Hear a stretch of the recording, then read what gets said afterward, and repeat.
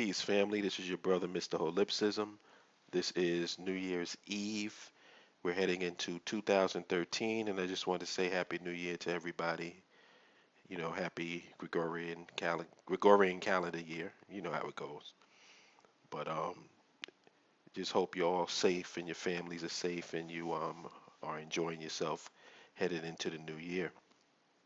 Um, I went to see Django Unchained last night. And, but mainly my reason for seeing it is I was a big fan of Inglorious Bastards. I thought that was a tremendous movie. I thought Tarantino did an excellent job, and I actually am a fan of Tarantino in terms of his writing and his style of filmmaking. Um, he reminds me a lot of what I used to say about Spike Lee.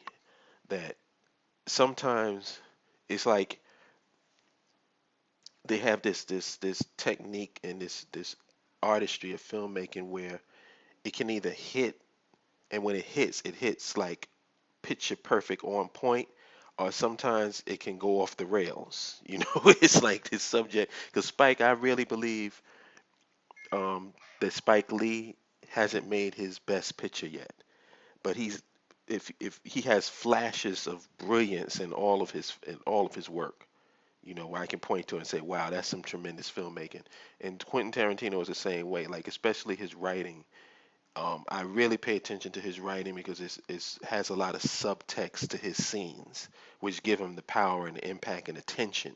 And the perfect example of that is the scene in Inglorious Bastard, like the beginning scene with Christoph Waltz, and the scene in the bar with the spy, the British spy pretending to be a Nazi. I mean, there's so much subtext in that scene that's what gives you that glue that keeps the audience stuck to the scene. And he's like a master at it. Like his scenes can be actually put in film school to show people how to do scenes. That's how much I give props to Quentin Tarantino as a writer and as a filmmaker. So if you think you're going to get some Quentin hate coming from me on that level, I'm sorry to disappoint you, because dude is a beast when it comes to filmmaking. You have to be, if you're into the industry like I am, you have to be completely disingenuous to not admit that. So, in spite of that, I did have my issues with him. And one of the issues that I have was just the portrayal of black folks in his films. I remember when I first saw Pulp Fiction, I almost walked out of Pulp Fiction. I couldn't really appreciate Pulp Fiction until like years down the line of how good a movie it actually was, because the visceral image of seeing Ving Rhames bent over getting fucked by a white man was just too much for me. That like I couldn't, my mind couldn't process that to appreciate any kind of filmmaking or whatever. Because once I saw that scene in Pulp Fiction where the policeman was picking between Ving Rhames and Bruce Willis, it's like I was saying to myself while I was watching it in the theater, okay, I wonder who's really going to get picked to get fucked in the ass. Do you really think you're going to see Bruce Willis bent over getting fucked in the ass? So I knew what was going to happen, and it kind of pissed me off. But what kept me there was Sam Jackson. Sam Jackson blew everybody off the screen and kind of made up for the fact of the the negative way that we were shown in the movie when they showed Sam Jackson totally just stealing the scene at the end. It kept me there, it kept me engaged. So after years down the line, I could watch it and appreciate it for what it was.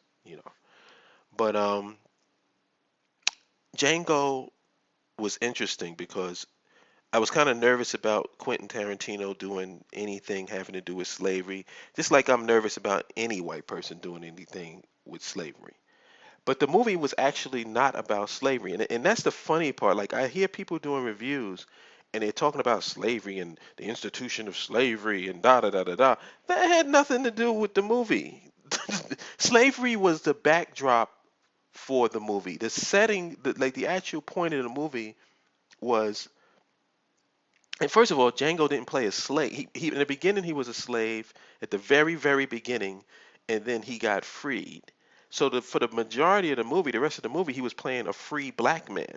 So like if a any of the slave masters or the guys in the field, I don't know what you call them. I'm drawing a blank right now.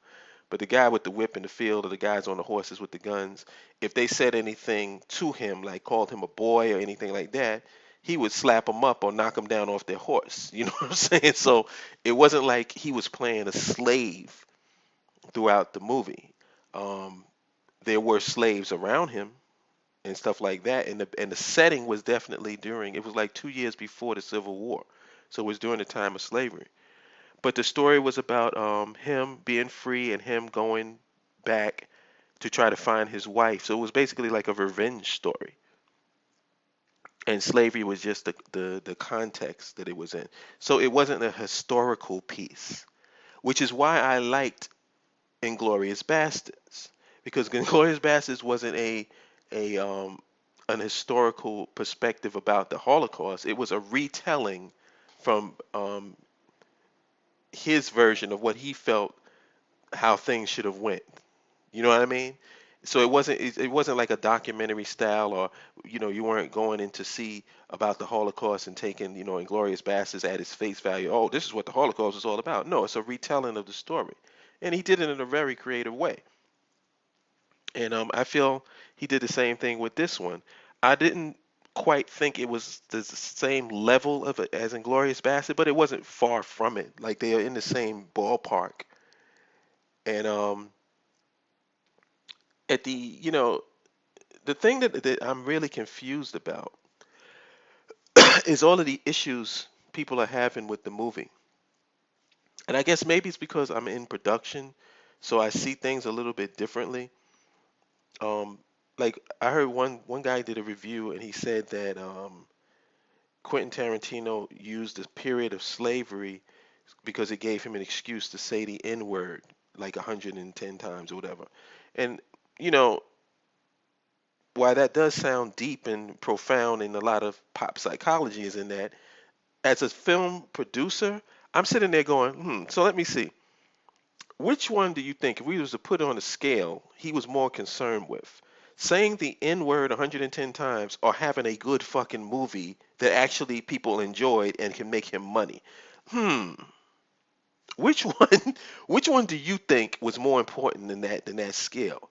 Now if you want to say, well, yeah, well Quentin says the N word a lot and he always says the N word or whatever, and that's really what he likes saying, okay. I mean, I don't get it because we don't have an issue with the N word,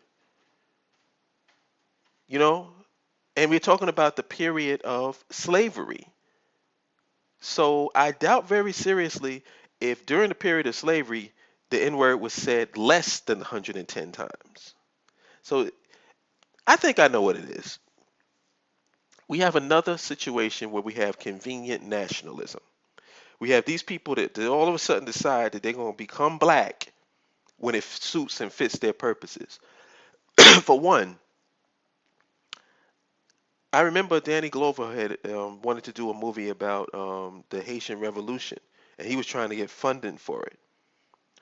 Where were all of these Negroes that have such a problem with Quentin Tarantino even broaching the subject of slavery in America when they could have told that story about the Haitian Revolution? If you want to see white folks getting killed on screen, hey, what better way to show it than in the Haitian Revolution? But nobody wanted to touch that one with a 10-foot pole because that was, I guess, considered too black. So instead of you producing something on your own, instead of you coming out with subject matter and subject material that you feel the public should be watching, what do? You do absolutely nothing, and then you wait for somebody to come out with something, and then you jump back and get into your critic's hat, and now you're going to critique and be pro-black and convenient nationalist, or what's the term that my brother Kamal uses? Militant integrationist. You know, it just kills me. I look at a movie as a movie. You can't make a movie with the goal of telling some political point because all of those movies suck. But if you go into a movie and your goal is to tell a good story and keep the people engaged, those movies are usually more successful. And in this, Django Unchained was a good movie. It was an entertaining movie. Um, I don't understand how it could be perceived as being negative toward blacks, because if you're going to show the period of slavery, you're going to show black people in subjugation. So I don't know how you can go into a slave period and not show black people subjugated. That's pretty a tough trick to pull off. So is that negative? The fact that we went through slavery? Yeah, but how else are you going to show it other than the way that it was? And I'm just keep in mind, I'm not talking about the historical slavery. I'm just talking about the setting that he created. Um, what was the other point? Oh, this is a spoiler. I should put the spoiler up in case nobody saw the movie. So if you don't want to hear the rest of this, turn it off right now. Come back after you've seen the movie. But this is a spoiler right now. At the very end, dude blows up the plantation. He just totally destroy. He kills all the white folks and blows up the plantation.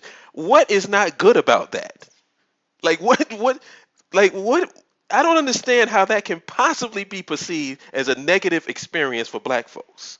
And it doesn't matter to me that Quentin Tarantino was the one who told the story. How come it's never been done before? You never seen a slave fight back, or black people fight back in these slave type settings or environments. So for the first time you actually got to see that. The fact that Quentin Tarantino did it is more of a disgrace on us than it is him. You know what I'm saying? Don't get mad at him. How come none of our filmmakers had the audacity to do the same thing?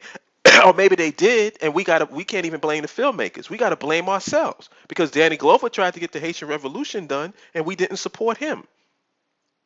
So it's just a lot of hypocrisy and bullshit surrounding people's perception of this movie. Go and see it. It's a good movie. You're gonna be entertained. It's like over 2.5 hours long, but it didn't even feel like it because you're so engaged. The writing is so good.